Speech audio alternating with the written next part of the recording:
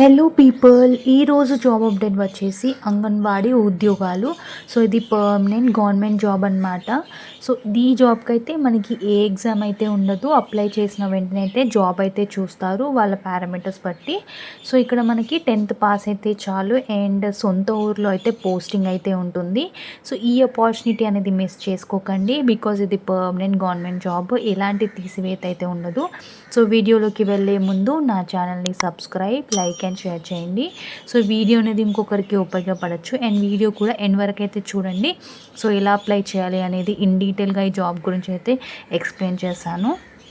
So anganwadi notification అయితే release అయిపోయింది and ఇది పర్మనెంట్ గవర్నమెంట్ జాబ్ అనమాట.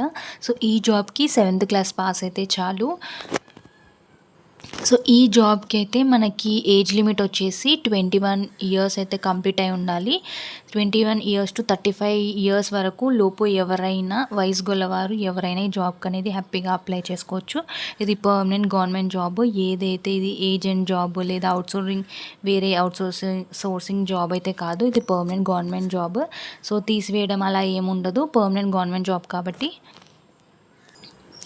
సో ఈ జాబ్కి మనకి ఇక్కడ ఏమైతే ఉందో సో మనకి ఎలా సెలెక్షన్ అనేది ఉంటుందంటే 10వ తరగతి పరీక్ష ఉత్తీర్ణత మార్కులు 50% మార్క్ అనేది యాడ్ అవుతుంది అని ఇచ్చారు పారామీటర్స్ ద్వారా. సో ఇక్కడ మనకి ప్రీ స్కూల్ టీచర్ ట్రైనింగ్, కృషి free school management training, so intermediate board వచ్చే గుర్తింపు, సో ఇలా వాళ్ళకైతే మనకి ఈ పారామీటర్స్ ద్వారా అయితే మనకి 5% మార్క్స్ అయితే ఉంటాయి.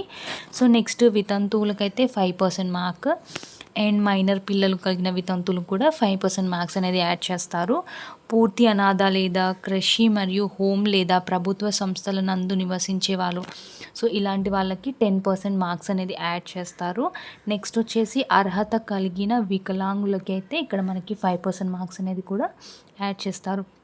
నెక్స్ట్ మౌఖిక ఇంటర్వ్యూ అయితే ఇక్కడ 20 మార్క్స్ అనేది యాడ్ చేస్తారు. టోటల్ మనకి 100 మార్క్స్ అయితే ఉంటుంది.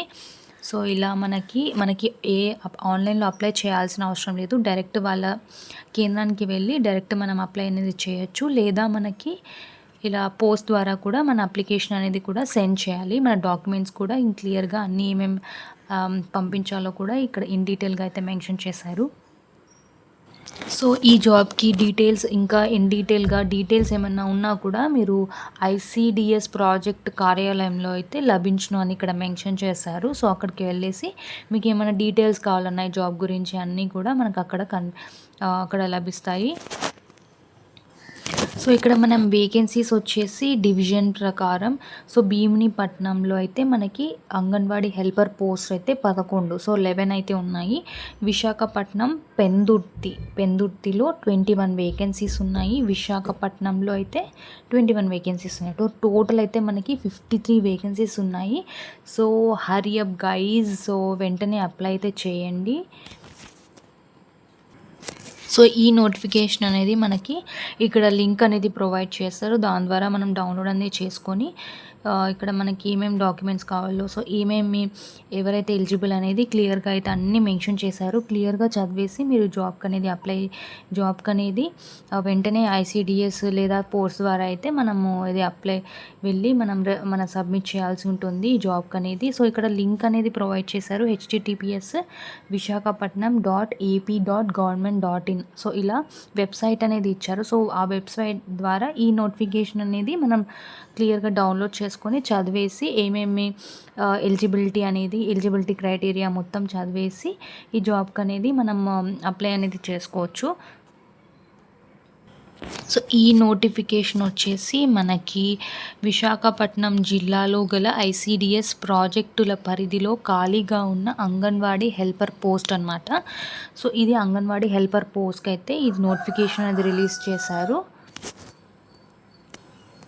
సో ఇలా మనకి వేకెన్సీస్ డీటెయిల్స్ అనేది జిల్లా వాళ్ళ సెక్టర్ పరంగా అవుతుంది. భీమునిపట్నంలో ఏమేమి ఉన్నాయో అన్నీ ఒకసారి చూసేసుకోండి. భీమునిపట్నం అండ్ విశాఖపట్నంలో సోమరిపాలెం, సింహాచలం, మల్కాపురం, సో ఇలా మనకి వేకెన్సీస్ అనేవి ఉన్నాయి. ఒకసారి అయితే క్లియర్గా చూసేసి ఈ నోటిఫికేషన్ అనేది వాళ్ళు ఇచ్చిన లింక్ ప్రకారంగా డౌన్లోడ్ చేసేసి ఎన్ని వేకెన్సీస్ ఉన్నాయి, ఎక్కడ వేకెన్సీస్ ఉన్నాయని చూసుకొని మీ డీటెయిల్స్ అనేది సబ్మిట్ చేయండి అక్కడ పోస్ట్ ద్వారా, లేకపోతే వాళ్ళ కార్యాలయంలో.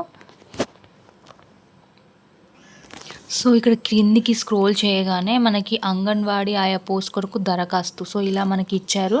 సో మన పేరు, భర్త పేరు, పోస్ట్ పేరు అండ్ వార్డు, గ్రామము, సెంటర్ పేరు. సో ఇక్కడ మనము ఫోటో కూడా, పాస్పోర్ట్ సైజ్ ఫోటో కూడా మనం ఇక్కడ పేస్ట్ చేయాల్సి ఉంటుంది. అండ్ ఇక్కడ కులము, category OC, SC, ST, BC, A B C D, ఇంకా సబ్ క్యాస్ట్. సో ఇవన్నీ క్లియర్గా అయితే మెన్షన్ చేయాలి. సో మీరు వికలాంగులు అయితే వికలాంగులు ఇక్కడ మెన్షన్ చేయాల్సి ఉంటుంది. ఈడబ్ల్యూఎస్ సర్టిఫికేట్, పుట్టిన తేదీ, so date of birth, age. So ఇంకా నెక్స్ట్ విద్యా అర్హత కూడా మీరు 10th పాస్ అయితే 10th, 7th పాస్ అయితే 7th. సో మీ నివాసము, సో మీరు ఎక్కడ, మీ కరెంట్ లివింగ్ ఎక్కడ, అది. నెక్స్ట్ చిరునామా, పోస్టల్ అడ్రస్ కూడా ఇవ్వాల్సి ఉంటుంది. Mobile number and Aadhaar number compulsory క్లియర్గా మొబైల్ నెంబర్ అనేది మీరు ప్రజెంట్ యూజ్ చేసే మొబైల్ నెంబర్ అనేది ఇవ్వండి. బికాస్ ఇన్ కేస్ మీరు షార్ట్ లిస్ట్ మీరు ఏమైనా సెలెక్ట్ అయితే మీకు కాల్ కూడా చేస్తారు కదా. సో నెక్స్ట్ ఆధార్ నెంబర్ అని ఇవ్వాలి. ఓటర్ గుర్తింపు కార్డ్ నెంబరు, వితంతువుగా ఉన్నారా, సో ఇవన్నీ, మైనర్ పిల్లలు కలిగి వితంతువులు, సో ఇవన్నీ క్లియర్గా అయితే మీరు డీటెయిల్గా ఇక్కడ రాసేసి వాళ్ళకి సబ్మిట్ అయితే చేయండి. సో ఇక్కడ మనకి ప్రదేశము, తేదీ అండ్ మీ సంతకం కూడా ఇక్కడ ఇచ్చేసి మీరు దీనికైతే క్లియర్గా అయితే మెన్షన్ చేసి ఉంచండి. ఈ జాబ్ అయితే పర్మనెంట్ గవర్నమెంట్ జాబ్ అనమాట. సో ఈ ఆపర్చునిటీ అయితే మిస్ చేసుకోకండి. సో బికాజ్ ఇది ఏదైనా ఏజెంట్ జాబ్ అయితే కాదు, పర్మనెంట్ గవర్నమెంట్ జాబ్ కాబట్టి మిస్ అయితే చేసుకోకండి. సో ఇలా మనకి టోటల్ వచ్చేసి 53 వేకెన్సీస్ అనేవి ఉన్నాయి ఖాళీగా. సో వెంటనే